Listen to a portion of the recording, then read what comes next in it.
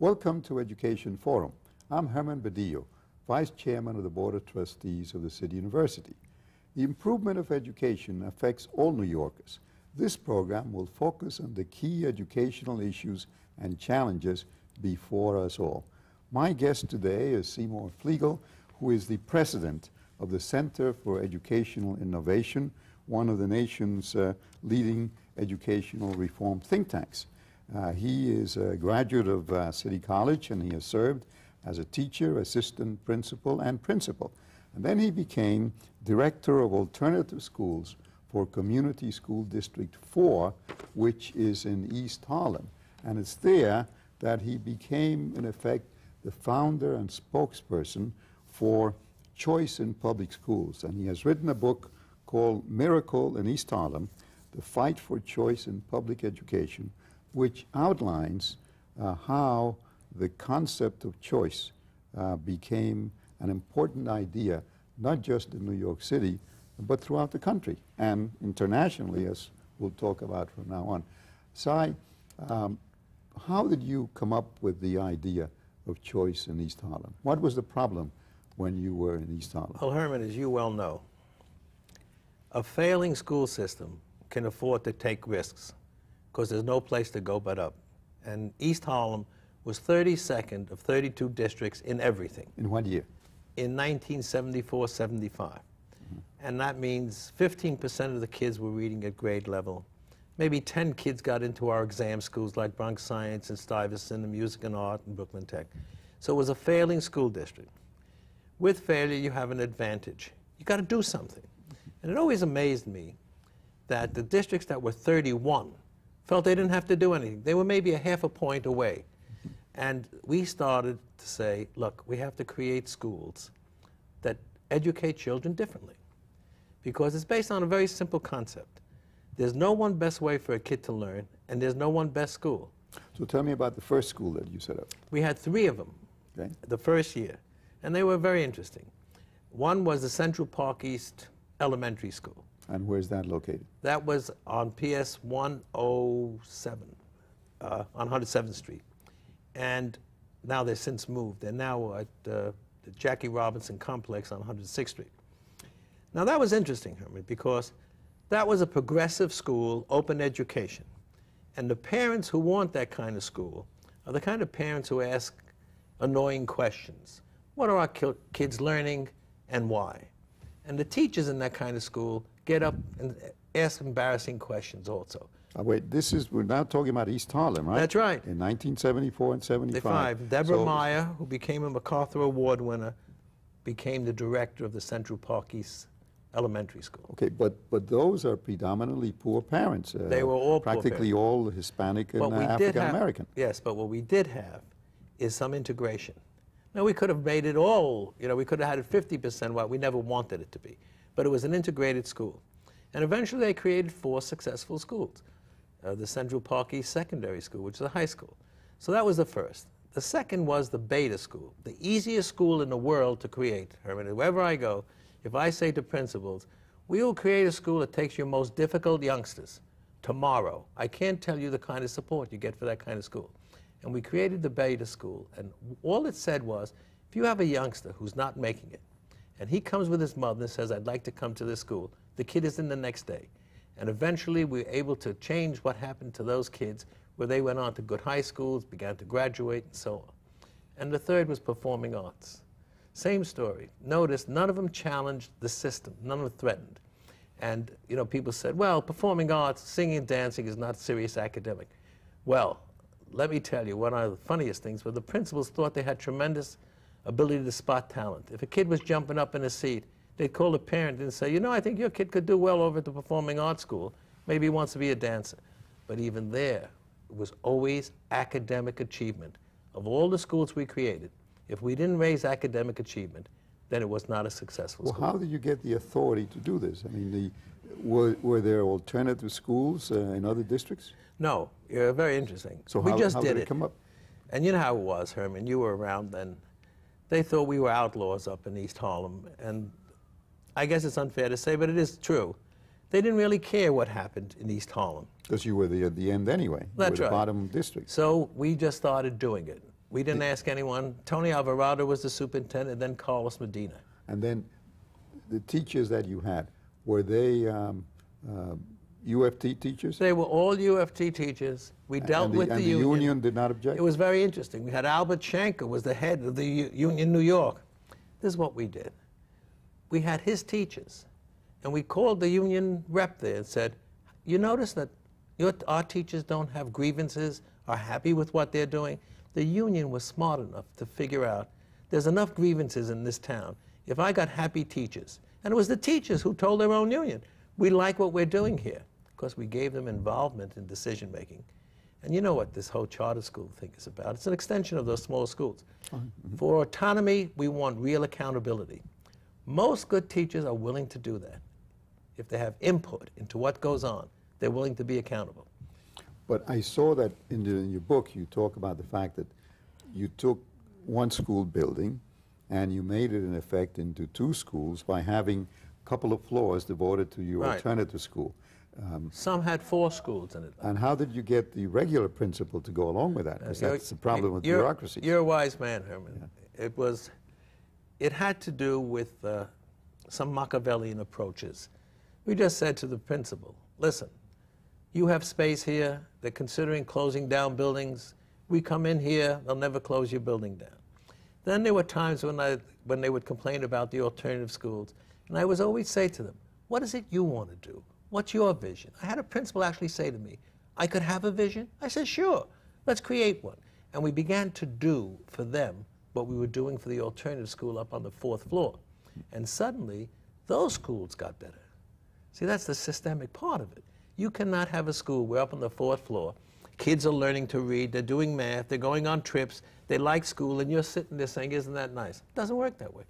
And you say to them, what are you willing to do? And that's what we did in East Harlem. Now, you say that the basic solution to the problem was the concept of choice, because up to then, the parents had to go send their children to whatever school they happened to be next to. And you set up the whole idea of choice, which now has become accepted throughout the whole city, right? The country, the city, choice was a radical idea. I remember when I was traveling around, I was a radical educator. Today, I'm a highly accepted moderate. You know, I got the guys on the voucher on one side, and the union guys would say, I like that guy's choice. That's much better. But what it did, see, it's never one thing, if it were one thing. But there were a series of things we learned. As you know, a school that's going to do well has to have a clearly communicated vision, or answer the question, what's important in this place? If you go into a school and you ask what's important, and you get 40 different answers, you know nothing's important. In good schools, they talk about, you got to work here, you got to know how to read, you got to do your homework. That's what began to happen. So the idea of a vision was critical. The other was expectations. Now, it's very interesting, Herman. There is no educator in the country today who doesn't sing the song of high expectations. The question comes, who delivers? So I was willing to give an award to the guy who says, I'm for low expectations, but I'll deliver them. So it's easy to say you're for high expectations. The way you demonstrate is how you treat kids. If you treat kids as thugs, they will never disappoint you. They'll be thugs. You treat them as learners. You say, look, you got a job here. Look, I don't have to tell you. You came to this country. You couldn't even speak English. You worked awfully hard. Yeah, but I have to tell you that I went to the school in East Harlem on 103rd Street, and I couldn't speak English. 171? That's right, 171, and the teacher couldn't speak Spanish. And some time ago, I was given a prize for being an outstanding person. I went back to that school, and the kid was supposed to look into my performance in the school and recite my background. So the kid gets up and he says, Herman Badillo was in this school for a short time, and then according to the records of the Board of Education, he disappeared. There are no records of me, because what happened was that I had come here because my father and mother died in Puerto Rico. I came here with an aunt.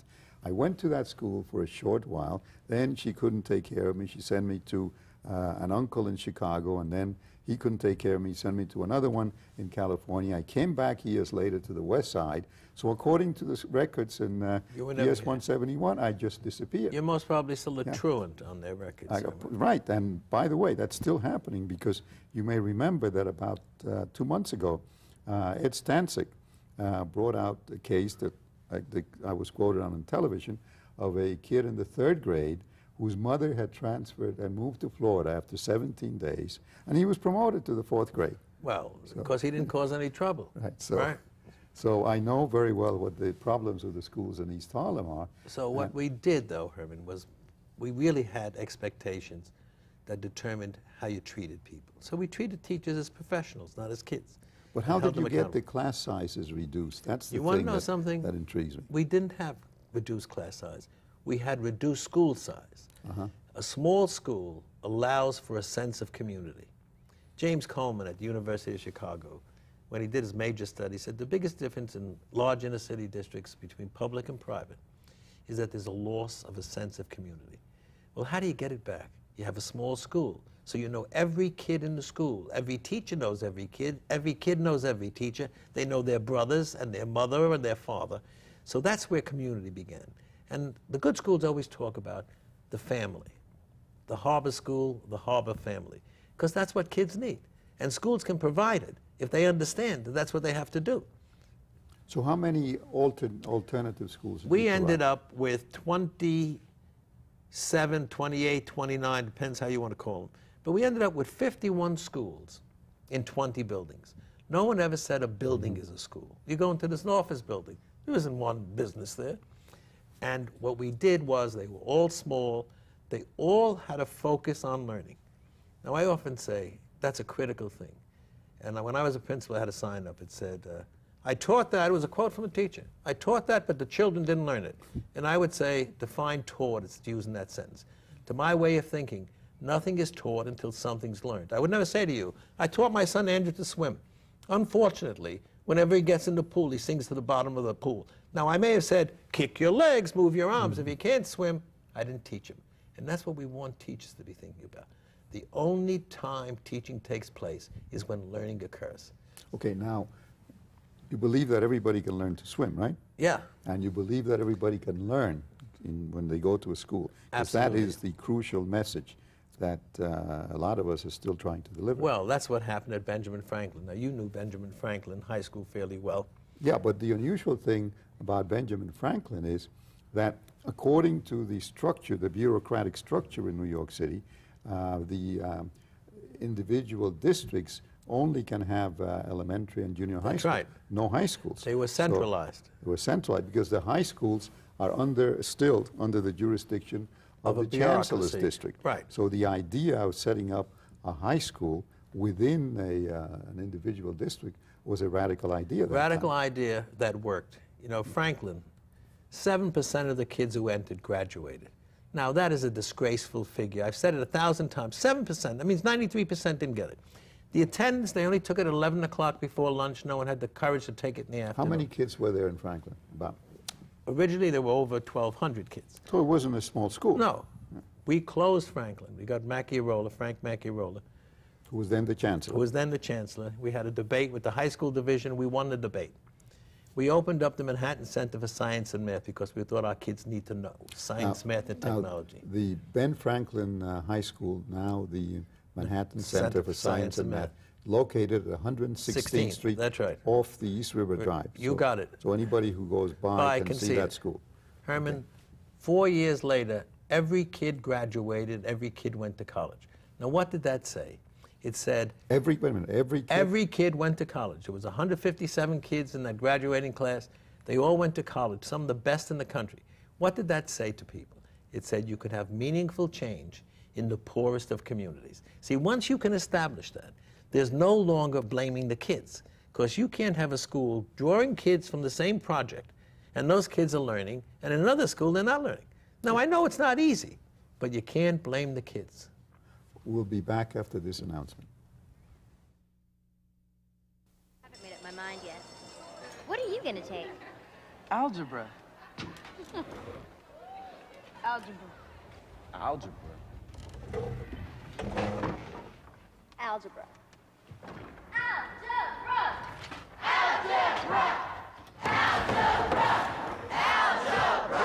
If no one's explained how algebra, geometry, and calculus can improve your future, demand that you be told. Call NACME. We'll tell you. Now, we've been talking about the high school that you set up in East Right. Harlem, and it really is astonishing that in a 4-year period, every kid graduated. First of all, the fact they graduated is astonishing because most of the kids today don't graduate from high school and then went on to college. Especially minority kids. Yeah. Now, if you could do that in such a short period of time, if you could take a district that was the last and move it up to what level? It went from 32nd to 15th. 15. It went 16% of the kids reading at grade level up to 64%. It went from 10 kids getting into the specialized high schools to over 250. Those are legitimate. And it went from a accomplishments. high school that was 7% only graduated Yes, we to closed that 100% one. graduation That's right. and 100% going to college. Why has not this example been expanded to all the districts? You want to know something, Herman? That's a crucial question. The first year after we graduated every kid and went to college, the Central Board High School Division, we had one thing there, an additional 9th period, because we were trying to teach math, science, technology. They took away the 9th period, the old equity story. Now, I'm for equity, you're for equity. But in our system, equity means level down. So they said, it's not fair to the kids in the Bronx. They don't have a 9th period. I said, good, give them a 9th period. The system always levels down. Now it's fair. No one seemed to care when 7% of the kids were graduating from that school that it was not equitable. So I'm always very, very weary of the equity argument when it always levels down. They should level up. But why? Why would not every district superintendent want to set up an office of alternative schools and open up the kind of schools You know, that you did? we are at the CEI, Center for Educational Innovation. That's what we do now. You know, in our Annenberg, Well, that's what you had to do. But the problem is that you were very successful. I mean, not very outstandingly successful in East Harlem. Then you went to District 3. District 3, and which- created a whole bunch of and created the alternative same schools, kind of thing. And they were successful. and they were successful. So it wasn't just luck that you That's worked it right. out, That's because you never luck. proved it in District 3, which covers what area? That goes from 59th Street to around 116th Street on the west side. So, you know, District 3 is a mixed district. So it's a different district. So you've shown in one district It that can is happen. one background, and another district of another background that it can be done. Kids are so kids. if you've shown that something, a pilot project and another successful project, and this was in the 70s and 80s, why has the Board of Education and the individual superintendents not followed your example in New York City? Well, in some places they have. For example, in District 5, we have the Frederick Douglass Academy. Lorraine Monroe, who's a really great educator, she created the Frederick Douglass Academy in Central Harlem. No exams, nothing, but you go there, you think it's a prep school. At one point, they were the 2nd or 3rd highest SAT scores in the city compared to even the exam schools. So you have the Frederick Douglass Academy. And that's successful as well. Highly successful. And We then- have the Beacon School in District 3, very And successful. then you have Amalia Betanzo set up the Amalia Wildcat Patandis, Academy. wonderful Amalia Patandis. I know you had her on. Amalia had the Wildcat Academy. We went to Amalia. He said, you know, you ought to have a school here. She was the only person, because, you know, she dealt with ex-convicts and so on. We said, we'll give you kids who are not convicts but have been thrown out of the system. And her kids were thrown out of the system. Herman, I remember the first kid who got into the Wildcat Academy. You know what he did in the interview? We came in, he was sitting at a table, he had his coat over his head, and he was grunting. And the grandmother was saying, did you hear what they said? 6 months later, that kid ended up the valedictorian. He approached me with a blazer and gray pants and a tie. And he was a changed kid. That's what happens at Wildcat Academy. And she takes the real difficult kids. I know. See, the system was willing to allow that because she was taking the most difficult youngsters. Yeah, but my frustration as a public official has been, as I told Amalia, that my files were full in Congress of successful pilot programs, and your files are full of successful pilot programs throughout the city. It's beginning to but happen getting now. them It's to beginning to be happen. approved You is a know big this problem. Annenberg grant that we got? No, tell us about We it. have an Annenberg grant with New Visions and ACORN and the Center for Collaborative Education. We have 140 schools, over 50,000 kids, that are based on the small schools movement that came out of East Harlem. But where are these In schools? every borough except Staten Island. And those schools, I just came from a meeting, are doing well. Their reading scores are up. The satisfaction of parents, teachers, and youngsters are way over 75%. They did an interesting study on the small schools. You know, small schools appear to cost a little bit more money. But then they said, let's see what is the cost of graduating a youngster. And those schools became the most cost-efficient schools in the city of New York. If you said, what did it cost you to graduate a youngster? Suddenly you're dealing with a different figure. Not just how many kids do you keep there, but to graduate. So this small schools movement that started in East Harlem is now in at least 140 schools as a result of Annenberg, and there are other schools. And that's what led to the charter school. You were very much involved in the charter school legislation. Yes, we just got them approved. Were you up there when the governor announced it on the bill? No, I was there before it was approved, when the governor came out and supported it together with Reverend Floyd Flake. That's right. And we got 100 charter schools approved. It's okay. You know why? If you need more, it's just a question of raising the cap. Now, the charter schools, nationwide, the sad story about New York was the charter school movement was a result of what happened in East Harlem, the small schools movement. And we finally got that bill passed. And it's just an extension. They are public schools. Are you going to be helping to set up those charter schools? We're setting up a charter school center. So suppose that I'm a teacher or a community person watching this program and I say, boy, that sounds like a great idea. How would I go about setting up charter schools? Let them call the Center for Educational Innovation, 212-302-8800. We are setting up our charter school center. And you're located in Manhattan? Right here across the street. By the way, you're a CUNY guy. You'd be interested in.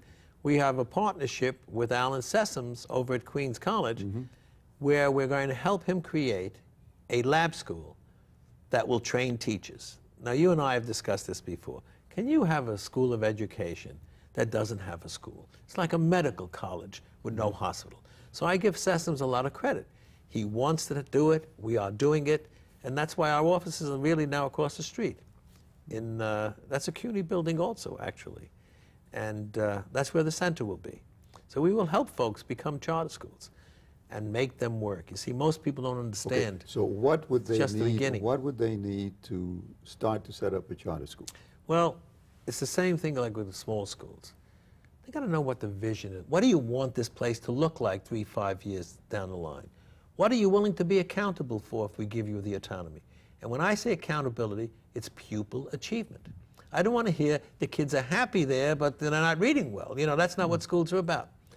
And then you start saying, well, what are the strategies you're going to have? What are you willing to be accountable for? How will you organize it? The reason that we can be very helpful is a lot of people think it's over. We now have charter legislation. It's the beginning. If these charter schools don't do well, they're going to be in serious trouble. The whole movement fails. That's why we're setting up the Charter School Center. Okay, now if you had to say the essential components of success in education, from what you told me, I gather there are two things. One is choice, the parents can choose the school. That's important. And two is small schools. Small schools. And what else? A clearly communicated vision. Everybody knows where you're trying to get to. Real high expectations, not just a yeah on for it. High expectations. A focus on learning. That's it. And you know what it does? It creates a sense of community because it's a good old capitalist idea. What you own, you tend to treat better than what you don't own. When kids select it, and teachers select it, and parents select it, this is all in public education. See, to me, what's criminal is sending a kid into a school that's been failing for 20 years, a SIR school, but because he happens to live across the street. Now, why should he have to pay for that? So that's what we're really about, and we're quite optimistic. Well, you've now been expanding into Latin America as well. Yes. Oh. Tell us about that. Okay. It's really a funny kind of story. Chile, the mayor of Los Condes in Santiago, called us. He came here, visited our schools. He wants us to create a school. You know what I said to him? Are you telling me between Santiago and New York there's no one who could create it? He says, yes, I'm telling you that. I want you to do that. Carlos Medina and Colgan went down, created a school based on Wildcat, Amy Patanz's Wildcat, right next to Pinochet's mansion there. There's a school now for acting out kids. So that was one. We are now in Buenos Aires. We're going to have 3 conferences. One in Brazil, one in Buenos Aires, one in Santiago. What kind of schools? They want us to set up charter-like schools. And we will help them do that. Now we're also down in El Salvador. It's, you know, I kind of chuckle at it. But they want us to help them to create successful schools. If you could see your vision of what you'd like in New York City 10, 15 years from now for the school system, what would it be?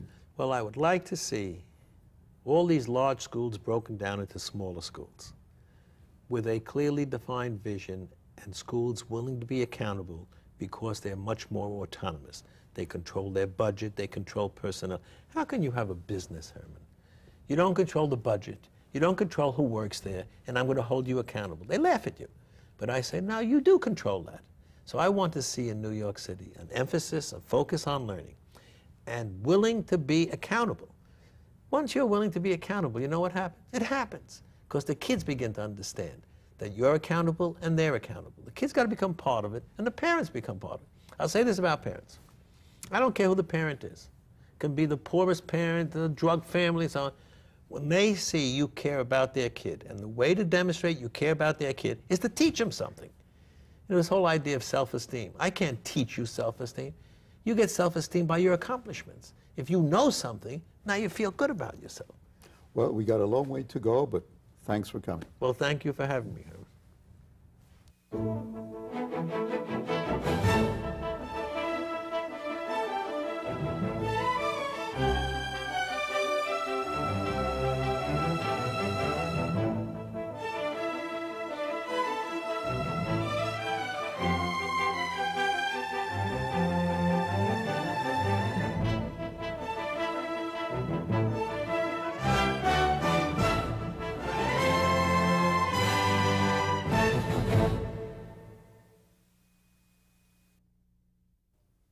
You can reach us by email at our website, www.cunytv.cuny.edu, or write to us at CUNY TV, 365 Fifth Avenue, New York, New York, 10016.